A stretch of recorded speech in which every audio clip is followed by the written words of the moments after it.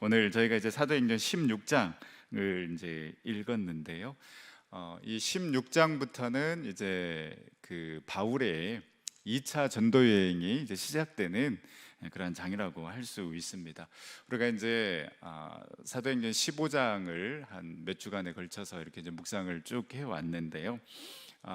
1차 선교 전도 여행을 마치고 이 바울과 바나바가 자기를 파송했던 그 안디옥 교회에 갔더니 예루살렘에서 넘어온 자들이 이 할례 문제로 인하여서 이 안디옥 교회가 조금 이제 어려움이 있었습니다. 그래서 이 문제를 가지고 바울과 바나바가 이제 예루살렘으로 가게 됩니다. 그리고 예루살렘 공의회에서 이 할례 문제가 해결이 됩니다. 더 이상 이 할례 문제를 가지고 이방인들을 괴롭게 하지 말자. 그러니까 할례가 구원의 조건이 될 수 없다라는 것이죠. 그래서 이방인들도 할례 받지 않아도 얼마든지 예수님의 구원의 역사, 그 구원의 은총을 누릴 수 있다라고 이렇게 이제 결론을 가지고 다시 이제 안디옥 교회로 왔습니다. 사실 어떻게 보면 가장 큰 어려운 문제가 해결이 된 것 아니겠습니까? 그런데 이 사자성어 중에서도 호사다마 라는 말이 있죠. 항상 이렇게 좋은 일이 있으면은 꼭 이때다 싶어가지고 나쁜 일이 꼭 이렇게 이제 뒤따라오게 된다라는 것이죠. 이 큰 문제가 해결이 됐는데 전혀 생각하지 못한 이 바울과 바나바가 누구 때문에 다투게 됩니까? 이 마가 때문에 심하게 다투었다라고 이렇게 기록을 하고 있습니다. 이제 바울이 바나바에게 우리가 전도했던 곳 다시 한번 쭉 이렇게 둘러보자. 바나바도 좋다. 그러면 마가를 데리고 가자라고 이렇게 바나바가 이야기를 하니까 이 마가는 어떻습니까? 1차 전도 여행 중에 그 밤빌리아 버가에서 예루살렘으로 돌아가 버렸던 그러한 이제 전적이 있습니다. 그래서 바울은 절대 안 된다. 마가 데리고 가면 또 이 선교 분위기가 흐트러질 수 있으니까 마가는 절대 안 된다. 바나바는 데리고 가자. 이렇게 이제 심하게 다투게 됩니다. 그리고 결론적으로는 이 바나바는 마가를 데리고 이제 구브로로 가게 되고요. 바울은 신라를 택한 후에 수리아, 길리기아 그리고 더베와 루스드라에 이르게 됩니다. 그러면서 오늘 이 16장의 이야기가 시작이 되는데요. 이 루스드라에서 누구를 만나게 됩니까? 바로 이제 바울의 믿음의 아들이라고 할 수 있는 디모데를 이 루스드라에서 만나게 됩니다. 근데 여러분, 이 루스드라가 어떤 곳입니까? 사도행전 14장에 보면 1차 전도 여행 때 이 나면서부터 한 번도 걸어본 적이 없는 그 안진뱅이를 일으켰던 그 기적을 일으켰던 곳이 바로 이 루스드라입니다. 그리고 이 기적을 본 사람들이 이 루스드라 사람들이 바나바는 제우스 그리고 바울은 헤르메스라고 하면서 이들을 신으로 추앙을 하려고 하니까 이 바울과 바나바가 지금 무슨 소리 하는 거냐, 우리도 너희들과 같은 똑같은 사람이다, 이 기적을 베푼 사람은 하나님이지 우리가 아니다라고 이렇게 극구 사양을 합니다. 거부합니다. 그러니까 이 루스드라 사람들이 실망을 하고 오히려 이 바나바와 바울을 돌로 쳐서 죽이려고 했던 곳이 바로 이 루스드라입니다. 바울 같은 경우에는 사도행전 14장 19절 말씀에 보면 이 바울이 죽은 줄 알고 시외로 끌어내쳤다라고 기록하고 있습니다. 그러니까 이 바울 같은 경우에는 이 루스드라 사람들한테 거의 죽을 만큼 돌로 쳐서 정말 그 죽을 위기에 처했던 곳이 바로 이 루스드라입니다. 여러분 같으면 어떻게 이 루스드라를 다시 가겠습니까? 어떻겠습니까? 절대 다시 가지 않죠. 생각하지도 않고 거의 내가 죽어도 내가 이제 루스드라는 다른 곳은 다 가도 나를 그 돌로 쳐서 거의 그 죽이려고 했던 그 루스드라는 내가 절대 가지 않겠다라고 이렇게 이야기하지 않겠습니까? 쳐다도 안 보겠다. 우리는 아마 이런 생각을, 이런 마음을 가졌을 것입니다. 그런데 바울은 자신을 돌로 쳐서 거의 죽을 뻔하게 만들었던 이 루스드라로 바울은 다시 향하게 됩니다. 어떻게 보면 자신들을 돌로 쳐서 죽이려고 했기 때문에 싫어하는 마음이 생기는 것이 아니라 오히려 더 불쌍히 여기는 마음, 더 안타까운 마음을 가지고 자신을 죽이려고 했던, 아니 죽일 만큼 돌로 쳐서 때렸던 그곳으로 발걸음을 향하게 됩니다. 여러분, 이것이 복음입니다. 이것이 사랑이고, 여러분, 이것이 믿음이라고 할 수 있습니다.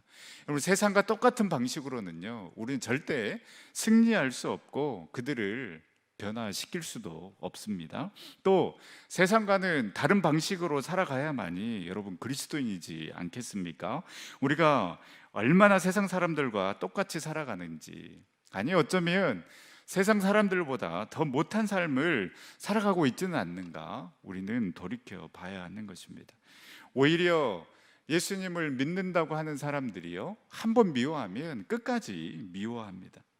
예수님은 사랑하되 끝까지 사랑하시는 모습을 보여주셨는데, 오히려 우리는 그 반대의 삶을 살아가고 있지는 않습니까? 여러분, 우리가 폼으로 예수님 믿는 거 아니지 않습니까? 무슨 종교란에 기독교라고 적기 위해서 우리가 교회를 다니고 예수님을 믿고 또 우리 지식 쌓기 위해서 말씀을 듣는 것 아니지 않습니까? 말씀대로 살아가려고, 그리고 더 큰 목표, 예수님처럼 정말 그 거룩한 삶을 살아가려고 어떻게 보면 우리가 예수님을 믿는 것 아니겠습니까? 과연 우리는 그러면 예수님처럼 행하고 있고 예수님처럼 말하고 있는가? 나에게 적용시켜야지 자꾸만 다른 사람에게만 적용하면서 정죄하고 판단하고 있지는 않는가? 우리의 모습을 돌이켜보면서 오늘 바울이 정말 자신을 돌려 쳐서 죽이려고 했던 그 루스드라로 다시 향하였던 그 발걸음이 여러분 우리의 발걸음이 될 수 있기를 간절히 소망합니다. 내가 먼저 다가갈 때, 내가 먼저 사랑의 손길, 사랑의 발걸음을 내디딜 때에 여러분 그 사람이 결국 예수 그리스도의 삶을 살아가는 자임을 기억하면서 정말 저와 여러분들이 그 예수 그리스도의 향기를 드러내는 그러한 삶을, 정말 예수님처럼 행하고 예수님처럼 말하는 그러한 삶을 살아갈 수 있기를 간절히 소망합니다. 그래서 여기에서 여러분 누구를 만납니까? 디모데를 만나게 되는데요, 디모데는 우리가 잘 아는 것처럼 바울의 믿음의 아들입니다. 그만큼 이 디모데를 아끼고 사랑하는 이 사람 디모데를 어디에서 만나게 되는가? 바로 이 루스드라에서 만나게 됩니다. 여러분, 이게 참 신비이지 않습니까?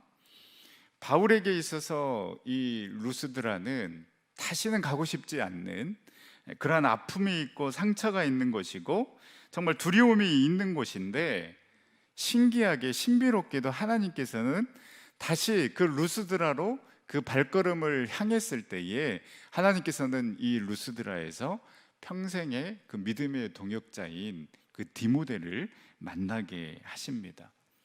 여러분, 나에게 아픔을 주고 나에게 상처를 주고 두려움을 줬던 그곳에 여러분 믿음으로 사랑으로 다가갈 때에 하나님께서는 그 아픔과 그 상처, 그 두려움을 극복할 만한 선물을 준비해 놓고 있었으니 여러분 그 선물이 바로 만남의 축복입니다.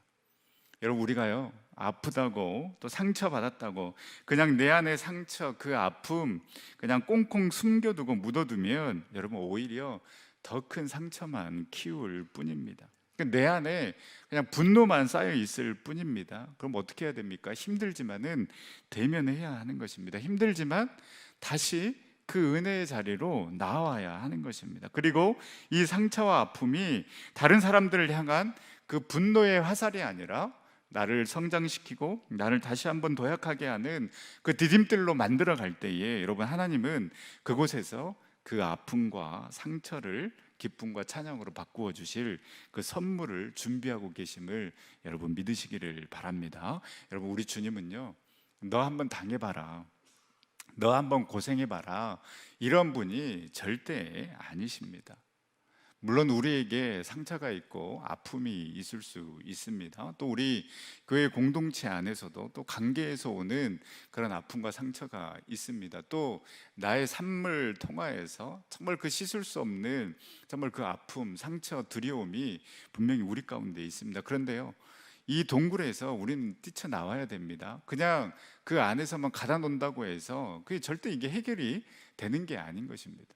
바울이 정말 그 두려움과 아픔과 상처가 있었던 그 루스드라로 향하였던 것처럼요, 그 동굴을 깨고 나올 때에 그 상처의 치유자 되시고 회복자 되시는 그 주님 앞에 나아갈 때에, 그리고 대면할 때에 정말 그 상처, 그 회복이 치유가 되고, 그런 것들을 깨고 나갈 때에 하나님께서는 또 다른 축복의 그 놀라운 은총을 예배해 놓고 계신다라는 그 믿음을 가지고 우리가 나아갈 수 있기를 간절히 소망합니다. 그래서 정말로 우리가 가만히 있어서는 절대 누릴 수 없는 것입니다. 나만의 동굴에서 나와야 하는 것이죠. 그래서 나를 미워하고 원망하고 또 다른 사람을 미워하고 원망하는 것이 아니라 우리가 하나님의 계획을 신뢰하면서 그 상처가 회복되고 슬픔과 아픔이 기쁨과 찬송으로 변화되는 그 축복의 삶을 누리는 저와 여러분들이 될 수 있기를 간절히 소망합니다. 그럼 이 디모데는 어떠한 사람인가? 여러분이 하나님께서 바울을 위해서 사람을 예비해 놓으셨는데 그저 그런 사람을 예비해 놓으셨겠습니까? 1절 하반절에서 2절 말씀에 보면 그 어머니는 믿는 유대 여자요, 아버지는 헬라인이라 디모데는 루스드라와 이고니온에 있는 형제들에게 칭찬받는 자다라고 이렇게 기록을 하고 있습니다. 잘 아는 것처럼 이렇게 디모데가 믿음의 사람으로 설 수 있었던 것은 그 할머니로부터 내려온 그 신앙 때문이었습니다. 디모데후서 1장 그 3절에서 5절 말씀에 보면 이렇게 나와 있는데요. 우리 다 같이 한번 여러분 자막을 보면서 한번 읽어보겠습니다. 내가 밤낮 간구하는 가운데 쉬지 않고 너를 생각하여 청결한 양심으로 조상적부터 섬겨오는 하나님께 감사하고 내 눈물을 생각하여 너 보기를 원함은 내 기쁨이 가득하게 하려 함이니 이는 내 속에 거짓이 없는 믿음이 있음을 생각함이라. 이 믿음은 먼저 내 외조모 로이스와 내 어머니 유니게 속에 있더니 내 속에도 있는 줄을 확신하노라. 아멘. 디모데가 그 믿음의 또 아들로서 또 바울의 그 동역자로서의 그 귀한 사역을 감당할 수 있었던 것은 그 할머니로부터 그리고 또 어머니로부터 내려오는 그 믿음이 있었기 때문에 정말로 그 루스드라와 이고니온에서 정말 그 칭찬받는 그런 사람으로 설 수 있었다라는 것이죠. 여러분, 믿음이 전수되는 것처럼 너무나도 귀한 축복은 없습니다. 여러분, 얼마나 아름답습니까? 이 할머니 속에 있는 이 거짓 없는 믿음이 어머니에게로 이어집니다. 그리고 이 어머니에게서 이 디모데에게로 이어지는 것입니다. 여러분, 이 믿음이 전수되는 축복이 저와 여러분들 가정 가운데 있기를 간절히 소망합니다. 또 가정뿐만 아니라 우리 교회가 이 믿음이 전수가 되어야 되는 것입니다. 74년에 그 아름다운 전통이 있는 우리 전성교회가 어떻습니까? 그냥 우리 세대로서 끝나면 이것처럼 불행한 것 없습니다. 이 믿음이 계속해서 다음 세대들에게 전수가 되어야 되는 것입니다. 그래서 우리가 조금 불편하더라도 정말 그 다음 세대들이 또 부흥할 수 있다라면 우리가 양보할 수 있고 거기에 투자를 해야 되는 것이죠. 그 믿음이 잘 전수될 수 있도록 우리의 믿음만 생각하는 것이 아니라 우리 다음 세대의 믿음이 어떻게 전달될 것인가, 거기에 교회의 희망이 있는 것 아니겠습니까? 그래서 우리가 우리의 믿음도 중요하지만은 우리 가정 또 우리 자녀들의 그 믿음, 그리고 우리 교회의 그 다음 세대의 그 믿음들이 정말 잘 이어지고 잘 전수될 수 있도록 우리가 기도하면서 나가야 될 줄 믿습니다. 그러면 어떻게 해야 되겠습니까? 뭐 다른 방법 없습니다. 눈물로 우리가 씨를 뿌려야 하는 것입니다. 당장 그 눈에 보이지 않고 손에 잡히지 않는다고 해서 우리가 포기해 버리는 것이 아니라 계속해서 기도할 수밖에 없는 것입니다. 이렇게 신방을 가다 보면 우리 이제 권사님 집사님들이 이제 기도 제목을 내놓는데 그 기도 제목 가운데 이제 그 단골 레파토리가 있습니다. 목사님, 우리 자녀 고등부까지는 정말 열심히 잘 다니고 했는데 그 학교 졸업하더니 또 대학생이 되더니 이렇게 믿음을 또 교회에 나오지 않고 또 이렇게 방황하고 있습니다. 물론 이제 언젠가는 그 믿음의 씨앗이 있기 때문에 언젠가는 돌아올 거라고 확신을 합니다. 근데 너무나도 안타깝죠, 그런 이야기를 들으면. 그래서 어떻습니까? 기도할 수밖에 없는 거죠. 눈물로 씨를 뿌릴 수밖에 없는 것입니다. 그래서 인내심을 가지고 또 여러분들 포기하지 마시고 눈물로 기도하며 나아갈 때에 하나님께서 반드시 열매 맺게 하실 줄 믿습니다. 자, 이렇게 이 디모데를 만나는데요, 이 바울이 어찌 보면 조금 이해할 수 없는 그 행동을 디모데에게 시키게 되는데요, 바로 그게 무엇인가? 이 3절 말씀에 보면 이 디모데를 할례를 받게 합니다. 3절에 바울이 그를 데리고 떠나고자 할새 그 지역에 있는 유대인으로 말미암아 그를 데려다가 할례를 행하니 이는 그 사람들이 그의 아버지는 헬라인인 줄 다 알미러라. 바울이 어떻습니까? 이 할례라고 하면은 어떻게 보면 정말 치를 떨었던 그러한 사람인데, 이 바울이 디모데에게 이 할례를 받게 했다라는 것은 자, 얼핏 보면 좀 이해가 되지 않는 그러한 부분입니다. 또 바로 이제 사도행전 15장에는 그 말씀드린 것처럼 전도 여행을 마치고 왔는데 그 안디옥 교회가 정말 그 할례 문제 때문에 곤혹을 치르지 않았습니까? 그런데 이 디모데를 만났고 이 디모데에게 할례를 받게 했다라는 것, 좀 이해가 되지 않습니다. 참고로 또 이 디모데만큼 아꼈던 그 사람이 있는데 바로 디도입니다. 디도도 바울이 굉장히 아꼈던 그 사람인데, 또 한 명의 믿음의 아들인 이방인 디도에게는 갈라디아서 2장 3절 말씀을 보면 억지로 할례를 받지 않게 했다라고 또 기록을 하고 있습니다.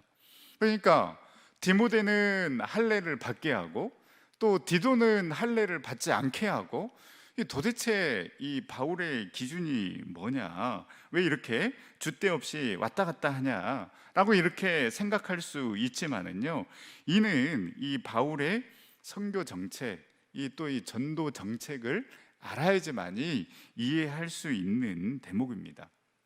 할례는 구원의 조건이 될 수 없습니다. 그럼에도 이 바울이 디모데에게 할례를 허락하는 것은 이 유대인들에게, 사실 우리가 쭉 지금 묵상을 하지만은 이 바울이 어떤 지역에 도착했을 때 항상 어디로 가게 됩니까? 회당에 가서 바울이 항상 복음을 전하지 않습니까? 그러면 그 회당에 모여 있는 사람들은 대부분 누구입니까?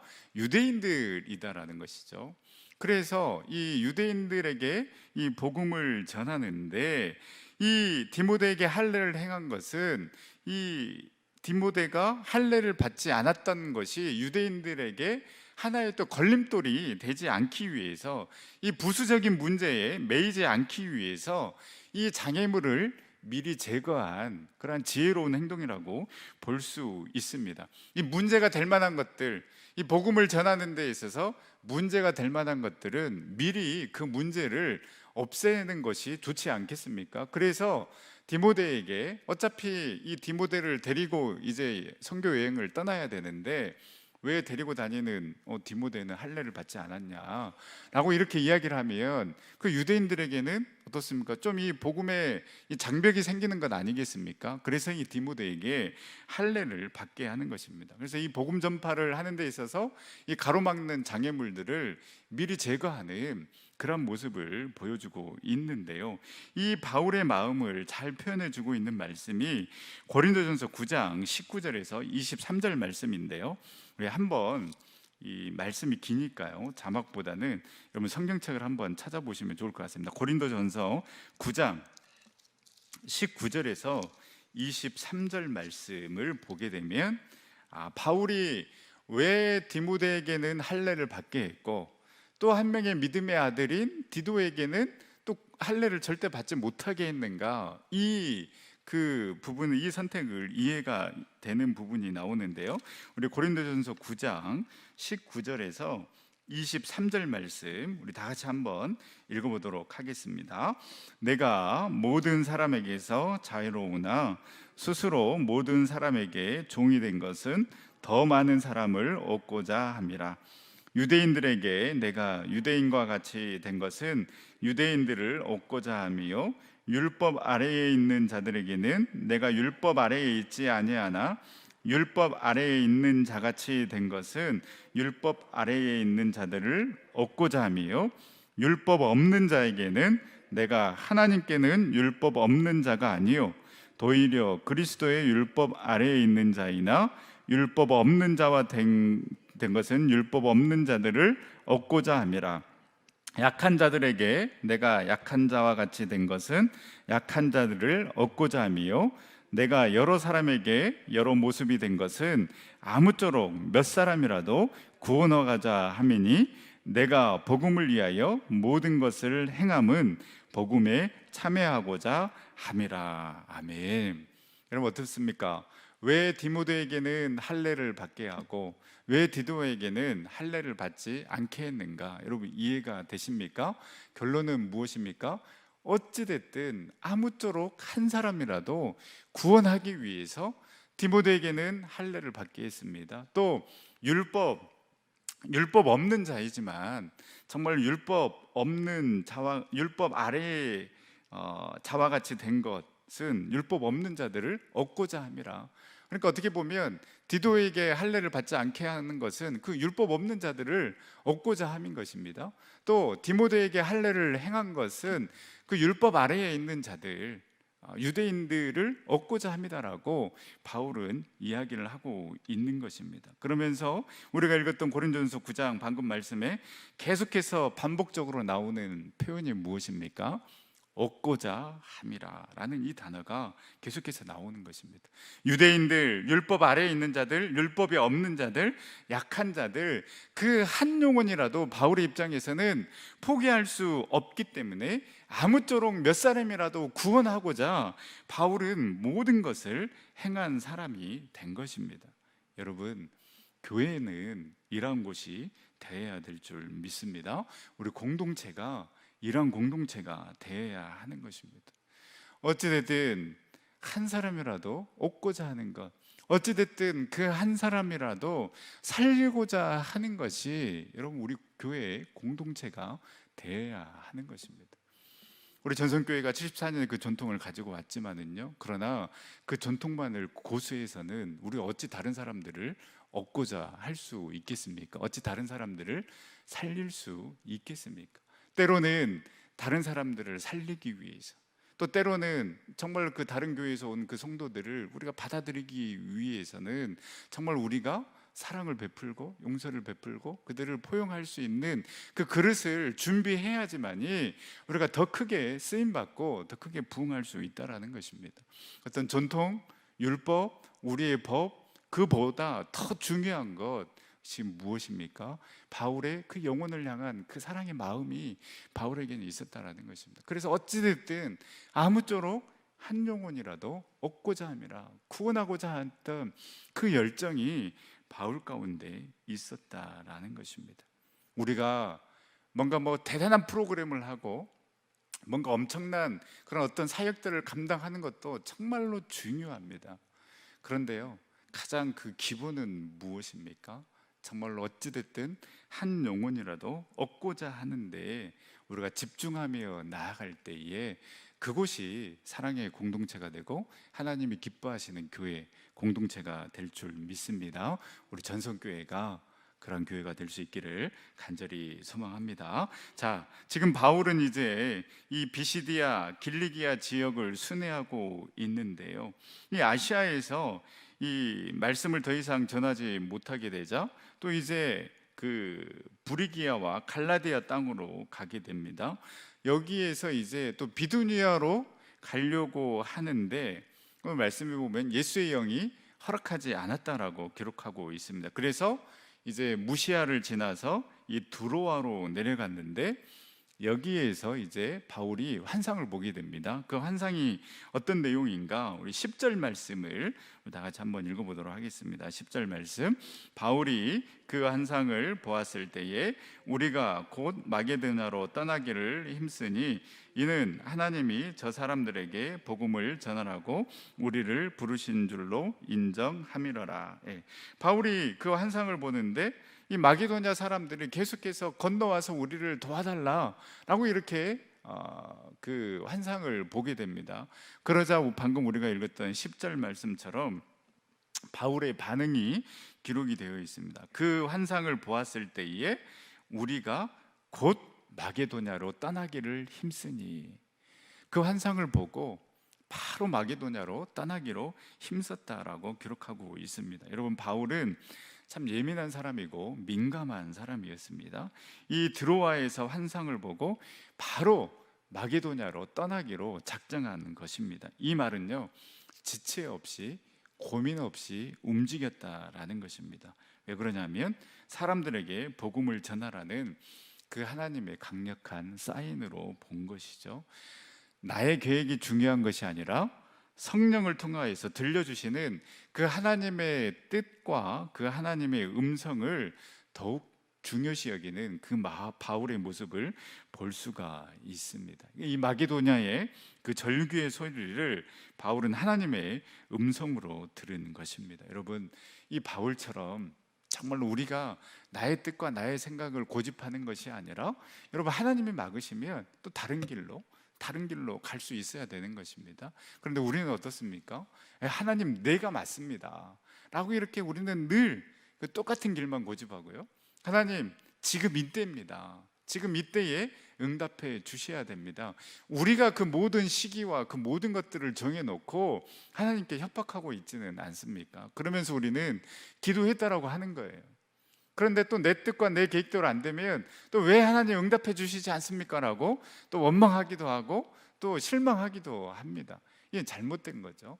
하나님께서는 분명히 당신의 뜻대로 저와 여러분들을 인도하고 계시는 줄 여러분 믿으시기를 바랍니다.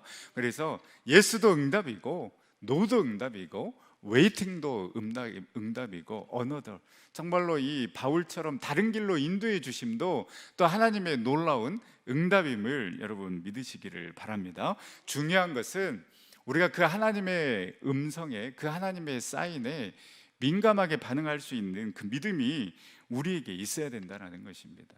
가장 기본은 무엇입니까? 여러분, 말씀입니다. 말씀을 통해서 깨달음을 주시고 인도해 주십니다.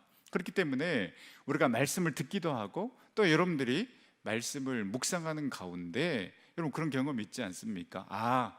뭔가 막 그 문제로 고민하고 있는데 어떤 그 예배 시간에 들려주는 그 선포되는 말씀을 통하여서, 또 내가 읽는 그 말씀을 통하여서 이게 하나님의 뜻이었구나 라고 이렇게 우리는 깨닫는 그런 경험들이 아마 분명히 있을 것입니다. 또 믿음의 사람들을 통해서 하나님께서 또 역사하십니다. 그리고 또 한 가지는 이 되어지는 그 상황 속에서 우리가 하나님의 뜻을 알 수가 있습니다. 성령이 나를 그렇게 몰아가는 것입니다. 무언가를 되게끔 몰아가시기도 하시고요, 또 바울처럼 바울이 계속해서 가려고 했던 곳을 하나님의 영이 계속해서 막았다라고 기록하고 있지 않습니까? 때로는 그 하나님의 영이 우리를 뭔가 일이 되게끔 몰아가시기도 하지만은 또 때로는 하나님의 영이 그 일이 안 되게끔 막게끔 또 그렇게 몰아가시는 경우도 있다라는 것입니다. 바울도 마찬가지입니다. 자꾸 막았을 때에 고집하지 않았습니다. 다른 길로, 다른 방향으로 움직여 본 것입니다. 그리고 비로소 환상을 통해서 보여주신 것입니다. 그리고 중요한 것은 그 환상을 통해서 보여주고 들려준 것도 중요하지만 그 환상을 해석해내는 바울의 믿음과 그리고 그 바울의 그 판단도 굉장히 중요하다라는 것입니다. 이제 숭실대에 이제 그 김혜곤 교수님이 계시는데요. 그 김혜곤 목사님이 적은 이 책에 보니까 이 하나님의 뜻을 식별하는 몇 가지를 제시를 하고 있는데요. 방금 이제 제가 말씀 드린 것과 이제 거의 비슷한데, 첫 번째는 하나님의 뜻은 이 마음의 지속적인 소원의 형태로 떠오른다라는 것입니다. 그렇죠. 이 마음의 지속적인 그 소원의 형태로 떠오른다라는 거예요. 기도를 하는데 자꾸만 뭐 예를 들면 어떤 뭐 선교를 감당해라라는 이러한 뭔가 그 마음이 자꾸 이렇게 이제 들려온다. 그러면은 어떻습니까? 하나님께서 그 선교의 마음을 그 사람에게 주시는 것입니다. 절대 하나님께서 저에게 그럴 리는 없겠지만 자꾸 막 이렇게 개척의 마음을 주신다 라고 하면 어떻습니까? 그게 하나님께서 어떻게 보면 그 선한 마음을 하나님께서 허락해 주시는 것이라고 할 수 있습니다. 만약 여러분들 가운데 자꾸만 어떻습니까? 뭔가 사랑의 마음, 용서의 마음, 또 그 사랑의 말씀, 용서의 말씀이 자꾸만 여러분들에게 들려진다, 그런 마음이 자꾸만 이렇게 여러분들 마음 가운데 일어난다라고 하면은 어떻습니까? 무슨 사인입니까? 다가가라는 거거든요. 사랑하라는 거거든요. 용서하라는 것입니다. 그 자꾸만 하나님께서 우리 마음 가운데 그 소원을 두시고 행하신다라는 것이죠. 그래서 빌립보서 2장 13절 말씀에 보면 너희 안에서 행하시는 이는 하나님이시니 자기의 기쁘신 뜻을 위하여 너희에게 소원을 두고 행하게 하시나니. 자꾸만 그 마음을 주시면 여러분 어떻습니까? 이것이 하나님의 사인이다라는 것입니다. 자꾸만 어떻습니까? 목사님 좀 식사 대접을 하고 싶다라는 그런 마음이 든다라고 하면 어떻습니까? 그 사인이다라는 거예요. 그때 여러분 거부하지 마시고 010-5352-2350으로 바로 전화를 하시기를 바랍니다.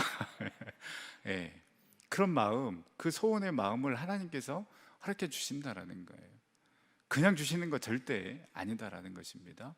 또 뭔가 사역을 감당하라고, 또 하나님 앞에 뭔가 예물을 드리라는 그런 마음들이 있다라면 여러분 그런 마음들 외면치 마시고 오늘 바울처럼 즉각적으로 순종할 수 있는 그 믿음이 저와 여러분들 믿음이 될 수 있기를 간절히 소망합니다. 두 번째는요, 이 김혜곤 교수님이 이렇게 말씀하십니다. 주변 환경이 나의 소원을 이루는데 도움이 되는지 그 여부를 살펴보는 것이 중요하다라고 이야기를 합니다.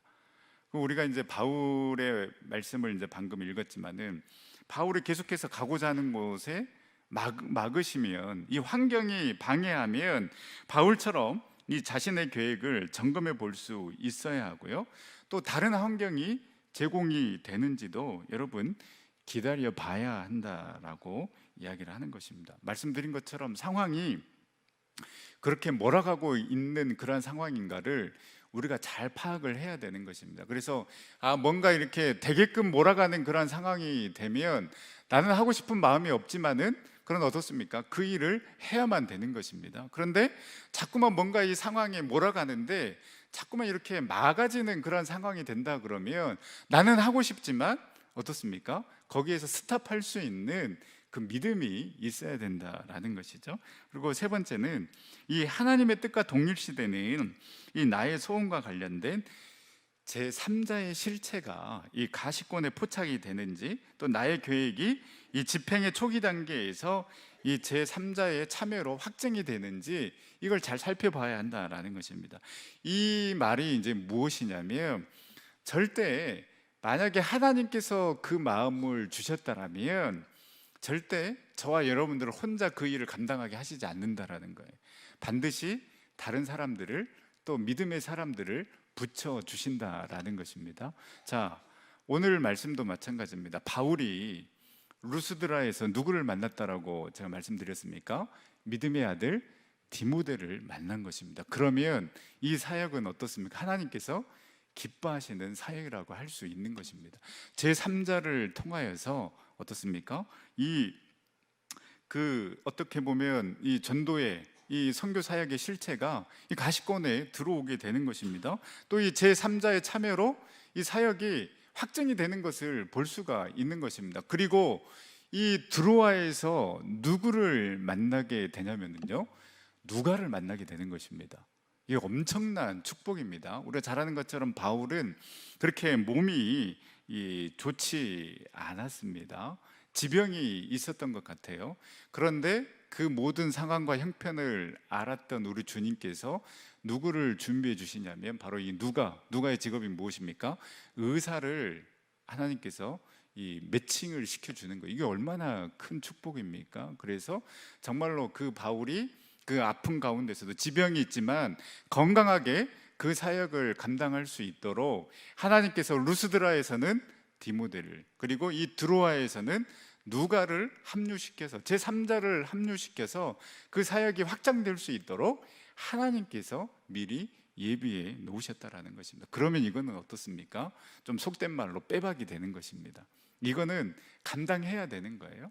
바로 이것이 하나님의 뜻이다라고 이야기를 하고 있습니다. 여러분, 우리의 계획보다 더 크고 놀라운 계획을 가지고 지금도 살아계셔서 역사하시는 그 하나님을 여러분 우리가 굳건하게 믿고 나아갈 수 있기를 간절히 소망합니다. 우리 이사야서 55장 우리 8절에서 9절 말씀을 읽고 오늘 말씀을 마치도록 하겠습니다. 이사야서 55장 8절에서 9절 말씀 함께 읽겠습니다. 이는 내 생각과 다름이요 내 길은 너희와 길과 다름이니라 여호와의 말씀이니라. 이는 하늘이 땅보다 높음같이 내 길은 너희의 길보다 높으며 내 생각은 너희의 생각보다 높음이니라. 아멘. 내 길은 우리가 생각하는 길과 다를 수 있다라는 것입니다. 내 생각은 우리가 생각하는 그 생각과 다를 수 있다라는 거예요. 그런데 분명한 것은 하늘이 땅보다 높음같이 내 길은 우리가 생각했던 길보다 훨씬 더 높다라는 것입니다. 그리고 내 생각은 우리의 생각보다 훨씬 높음이라. 여러분 이 말씀을 믿으시기를 바랍니다. 인간의 계획이 유보되고 좌절될 때 우리가 실망하고 좌절하는 것이 아니라 혹 내 계획이 내 뜻대로 내 계획대로 되지 않는다 할지라도 또 혹 우리의 자녀가 또 우리의 손자녀가 내 계획대로 되지 않고 또 내가 원하는 그 대학에 들어가지 않는다 할지라도 또 우리 자녀들이 정말로 내가 생각했던 것과는 너무나도 다른 정말 그 힘들고 어려운 삶을 살아가고 있다 할지라도 그 인간의 계획이 유보되고 좌절될 때에 바로 그때의 실상은 성령님의 더 깊은 경륜이 이루어지고 있음을 여러분 믿을 수 있기를 간절히 소망합니다. 그래서 어떤 방식으로 합력하여 선을 이루시는 그 하나님, 그래서 우리 교회를 또 우리 자녀들을 또 우리의 삶을 당신의 뜻대로 인도하고 있음을 우리가 믿고 그 하나님을 신뢰하며 나아가는 순종하며 나아가는 저와 여러분들이 될 수 있기를 간절히 소망합니다. 기도하겠습니다. 사랑과 은혜의 하나님, 참으로 감사를 드립니다. 12월의 첫날 이 수요일 저희들 불러주시고 또 주님 전에 나와 예배드릴 수 있도록 인도하여 주심에 참으로 감사를 드립니다. 주님, 바울이 자신을 죽이려고 했던 그곳에 다시 가서 복음을 전했던 그 사랑, 그 믿음, 그 용기가 우리에게도 있게 하여 주시옵소서. 세상 방식과 똑같은 방식으로 우리가 살아가는 것이 아니라 세상과는 다른 방법으로 주님의 방법으로 주님이 보여주신 그 삶대로 우리가 살아갈 수 있도록 인도하여 주시옵시고 나에게 상처를 주었던 그 아픔과 두려움을 우리 안에 가둬놓고 불안과 분노를 가지고 살아가는 삶이 아니라 그 동굴에서 뛰쳐나와 하나님께서 인도하여 주시는 치유와 회복의 은총을 누리며 나아가는 우리 전성의 모든 식구들이 다 되어줄 수 있도록 인도하여 주시옵소서. 정말로 어찌됐든 그 한 영혼을 살리고자 하는 그 바울의 마음이 우리의 마음이요 우리 전성교회의 마음이 될 수 있도록 인도하여 주시옵시고 때로는 우리의 뜻이 맡길 때에 실망하고 좌절하는 것이 아니라 더 큰 하나님의 뜻과 계획이 있음을 믿고 하나님의 음성에 민감하게 반응하며 순종하며 나아가는 우리 전생의 모든 성도들이 다 되어줄 수 있도록 인도하여 주시옵소서. 이 시간에도 귀한 예물 우리 주님 앞에 올려드린 손길이 있습니다. 감사 예물로 1,000번째 예물로 우리 주님 앞에 올려드린 손길 하나님이 흠양하여 주시옵시고 놀라운 응답으로 역사하여 주셔서 늘 하나님과 동행하며 나아가는 귀한 삶 살아갈 수 있도록 인도하여 주시옵시고 우리 전성의 성도들 평안함으로 인도하여 주시옵시며 또 우리 전성교회 하나님께서 예배해 놓으신 그 놀라운 부흥을 경험하며 힘있게 나아갈 수 있도록 우리 주님께서 놀라운 축복으로 은총으로 인도하여 주시옵소서. 모든 영광 온전히 주님 앞에 올려드리오며 그러신 예수님의 이름으로 기도드립니다. 아멘.